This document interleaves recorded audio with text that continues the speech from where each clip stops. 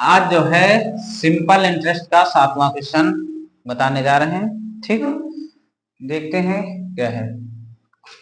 लिखा है a person deposit 400 rupees for 2 year, 5500 rupees for 4 year and 1200 for 6 year at the same rate of SI यानी simple interest if he received a total interest of rupees 1020, what is the rate of interest। ठीक, अब इसको समझते हैं। A person deposit 400 rupees, उसने कितना deposit किया 400, कितने साल के लिए 2 साल के लिए। ठीक, फिर 5500 डिपॉजिट किए 4 साल के लिए, फिर 1200 रुपए डिपॉजिट किए 6 साल के लिए। अब 3 बार उसने पैसे को इन्वेस्ट किया अलग अलग टाइम पीरियड पे, लेकिन रेट कितना लग रहा है एक ही रेट पे, है ना, रेट सेम है।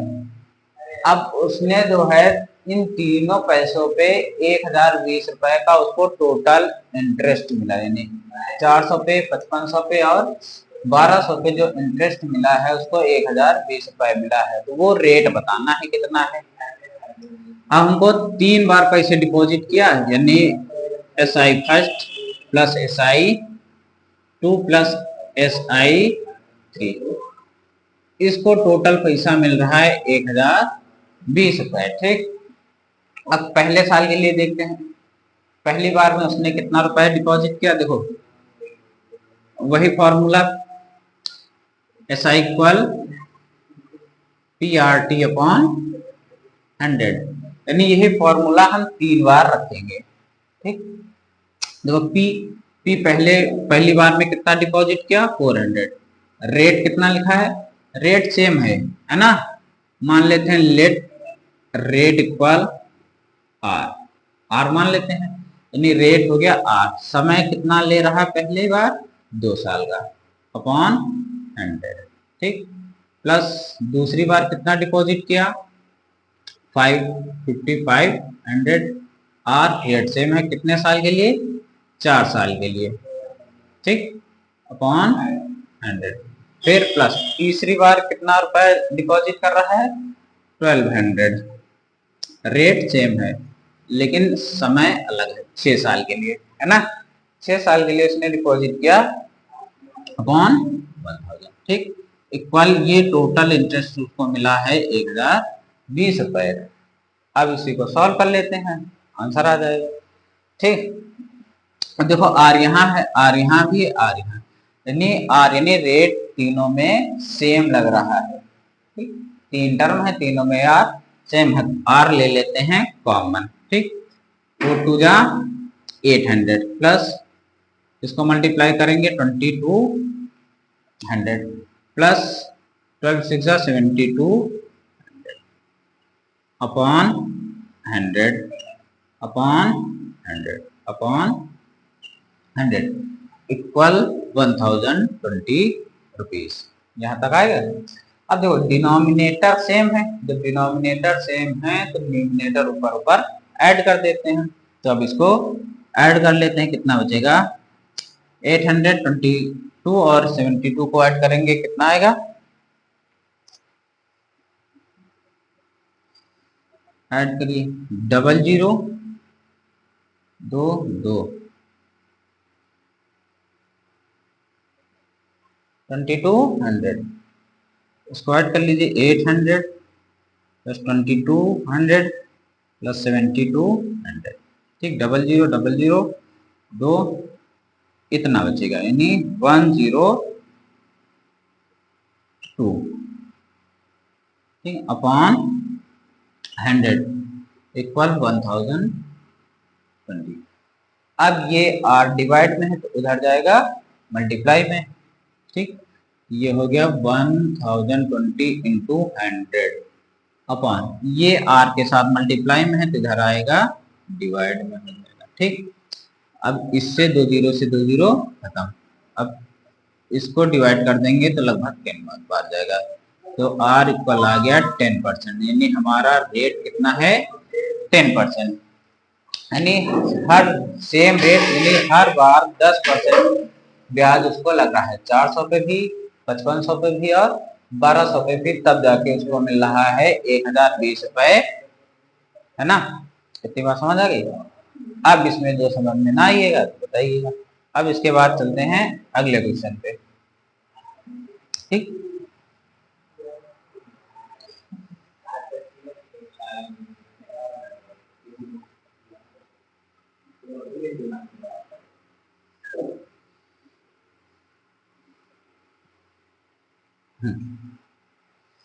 देखते हैं अगला क्वेश्चन 8 नंबर। क्वेश्चन नंबर 8 लिखा है the simple interest on a certain सम,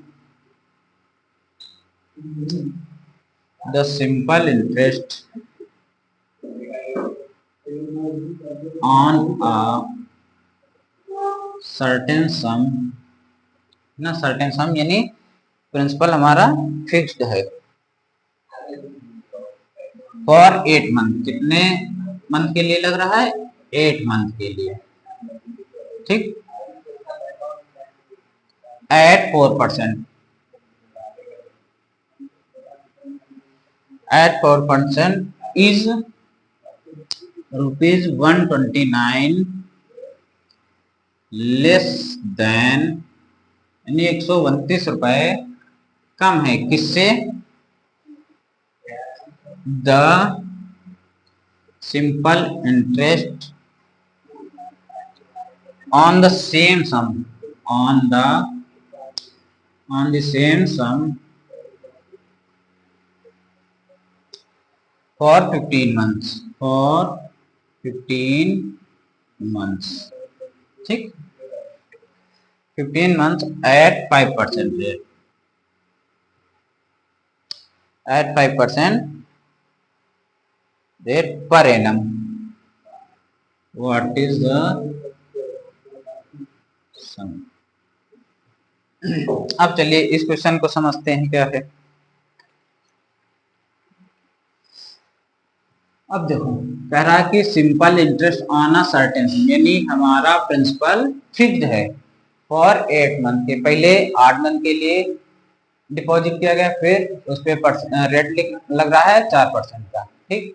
वो जो है 129 रुपए कम है किससे, सेम सम पे, यानी हमारा प्रिंसिपल फिक्स्ड है और 15 मंथ के लिए एट 5% पर एनम, यानी 5% सालाना ब्याज पे उसी प्रिंसिपल पे 15 महीने के लिए जो मिलता है उससे 129 रुपए ये पहले वाला कम है, यानी जो पहले हमको सिंपल इंटरेस्ट मिल रहा है वो दूसरे वाले से ये 129 रुपए कम है, ये कम है, तो दोनों को बराबर करने के लिए इसमें 129 ऐड कर देंगे तो दोनों हो जाएंगे इक्वल, है ना।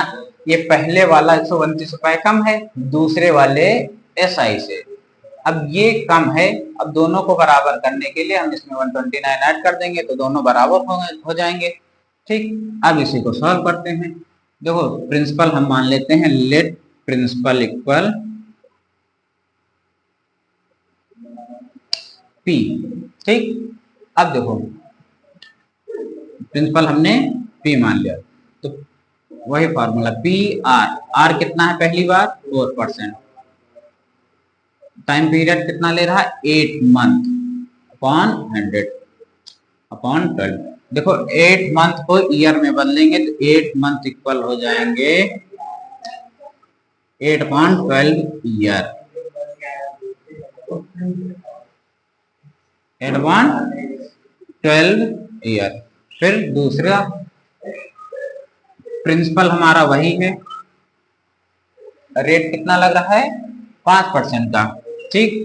और ईयर कितने 15 मंथ, 15 मंथ को जब ईयर में बदलेंगे तो 12 से डिवाइड कर देंगे अपॉन 100।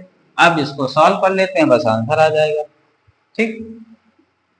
देखो 4 8 जा 32P अपॉन 1200 प्लस 129 इक्वल 15 5 जा 70P अपॉन 1200, ठीक।